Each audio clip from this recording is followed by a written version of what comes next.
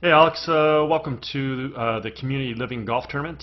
Just want to give you an opportunity here to view your swing at regular speed. We'll let that play through a few more times, then we'll put you back in your dress position and we'll take a look at a few things for you. So while we got you back here in your setup, let's first of all just take a look at your posture. We can see that you're set up with your spine straight on a slight tilt.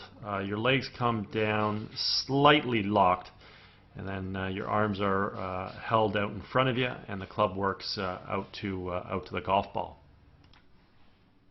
If I were going to work on your golf game and take a look at your posture, the first thing that I would do is I'd sort of just get you to throw your tail out and up, throw your sternum out and up and forward. And what that's going to do is it's going to set the angle of your spine as such. And then from there we would want to try and unlock your legs a little bit more, and then let your arms hang down a little closer to you and let the club work out to the ball. So increasing the angle relationship from your arms to your golf club is very important, and getting your spine for sure out of that tall position and into something that's more angled. Right now you're just too tall and pronating with your hands and arms, and the entire golf swing functions off of that tilted spine.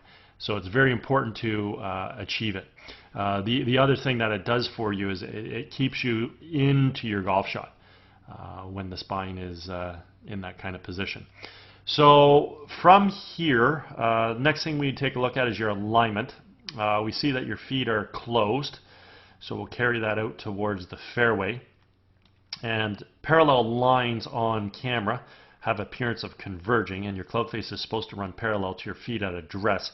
So we're set up out towards the right rough for sure. So obviously achieving proper alignment whereby your feet are running parallel to your club face, but with the intended target being the yellow flag would obviously be ideal here. Okay, so definitely need a refinement with respect to the alignment as well.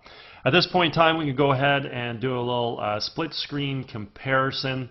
Go ahead and put a model swing of Brandt Snedeker up on the left, and what we can see here is we got some color-coded lines on the screen, and they're just here as visual reference as it pertains to looking at swing plane. We can see with Snedeker, as he draws the golf club back, we create good shoulder rotation, draw the arms and hands back with the club, and the club tracks back directly along the red line. At this point in time, he's going to start to establish good wrist hinge into play, which is going to allow him to transition the club head from being below his hands to now being above. At this point in time, we're going to continue with our turn, and we're going to work the golf club from red up to yellow. When we finally set the club at the top of the backswing, the left arm and the club are on the yellow line. We have full shoulder rotation. We do this about a very stable right leg, and we keep all the weight on the instep of our right foot. With your backswing here, your hands draw back very nicely, then your shoulders kick in. You have a tendency of moving your hands and arms underneath the swing plane. But actually, you know what? Before we take a look at your swing, the reality is if your hands and arms were hanging a little bit better. Let me actually undo that. If your hands and arms were hanging a little bit better, the club would be working out as such, and the club would be on an angle of about 40 degrees. So what I'm going to do is I'm going to put up another red line here at around, let's just put it about 42 degrees. Okay, so we're not going to look at your golf swing relative to the red line that is over the club shaft right now. We're going to look at it relative to the one I put on the screen, which is more indicative of where the club shaft actually should be. So again, as you bring the golf club back, hands come back well, you turn your shoulders, the club is still inside of the plane. We got to keep turning, we got to get some wrist hinge into play, which you do, and now everything's sort of recovered back into a pretty decent position. As we continue to work to the top of the backswing, you keep turning, hands and arms get set, and ultimately when you get to the top of your backswing, you're in pretty decent position. I mean, you've turned well, you got a pretty stable right side. You do fall to the outstep of your right foot a little bit there. You can see the weight on the outside of that right foot. Your arms stay in a nice triangular position relative to your core, and the club's in good position relative to your arms. But you do set your arms a little bit shallow. It just means that your left arm should be up a little bit closer to the yellow line, but it actually shouldn't be all the way up on the yellow line like what we see with Snedeker, because your yellow line is set a little bit too steep because it is relative to the original red line. So if I actually put up another yellow line, your second yellow line would be a little bit more there, and then your left arm could sort of get on it if you're going to be in an ideal position at the top. Now, even with this shallow set position, it doesn't mean that you can't still come into the golf ball really strong. So from here, simply want to move our weight from our right foot to our left, fire our knees and our hips to the target, unwind the core, fire the hands. And in firing the hands, we got to move the golf club from yellow back down on top of red. And that's exactly what we see here. With Snedeker, the golf club is returned back to plane. And then the other thing we want to point out is the relationship between the lead form and the golf club. I refer to that as the backwards check mark. Simply means the club head right now is remaining above and behind his hands. Therefore, we're retaining angle, and this is going to allow us to create a lot of power in the golf swing, let alone getting the club to return back to plane as we already pointed out, which is ultimately going to allow him to hit a straight golf shot in accordance to his alignment. We watch your transition back into the ball. You push your hands, unfortunately, out in front of you.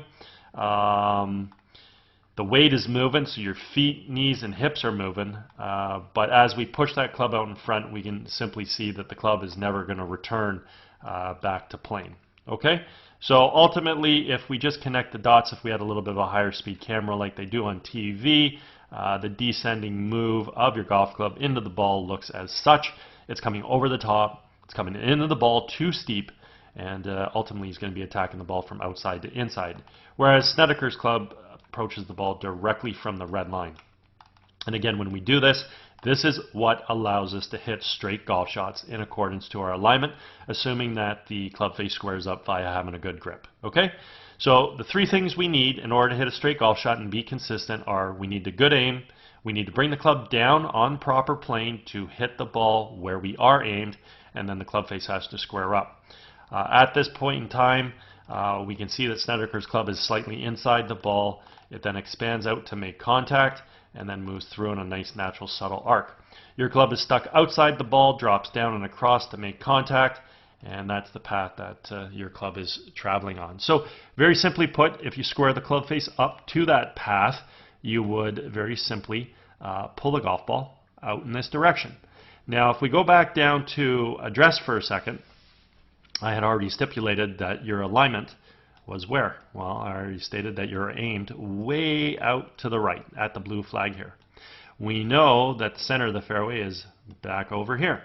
Well, guess what your yellow path is doing? Your yellow path is allowing you to try and pull the golf ball down the red line towards yellow, and that's your compensation. That's your out to in path, allowing you to try and pull the ball back to the yellow flag, and that's exactly what we see. Now the issues with this, when we swing the club from out to in along the yellow path, if we happen to over-release the club, not only will the ball get pulled on line, but then it has right to left spin, and we're going to hit some form of a pull draw or pull hook. And if we under-release the club, then the ball still gets pulled a little bit, but then we have a little bit of left to right spin, and we're going to hit a pull slice. And if we time it perfectly, then we'll just hit sort of either a pull straight shot or just a subtle pull fade. That's not going to hurt you. So again, when we're swinging the club from out to in along the yellow path, the ball's typically going to start down red. If we over-release the club, it'll fall yellow. Under-release the club, it'll fall blue. And if we time it perfectly, it'll continue to follow the red arrows. Okay? As you come through, your right heel comes off the ground. Looks like you get yourself through to a good finish. Looks really, really nice there. You certainly got some good athletic qualities with respect to your swing. Your hands do work well. They come back, they fire through, so it looks great. You coil back, you uncoil through. You got some pretty decent footwork allowing you to get to the finish. It's just that you're having to create compensations due to the fact that you're aiming way out to the right. Therefore, you got to come over the top to pull the ball back to the left. And at that point in time, you got to compensate with the club face and make sure you don't over release or under release the club, which would dictate whether or not you hit the ball too far left or too far right, or if you actually get that ball going towards the intended target. Okay? Anyways, if at any point in time you want to work on any of these aspects in your golf game, certainly feel free to give me a call. All my contact information is at the end of this analysis, and I'm located out at Glen Abbey in Oakville.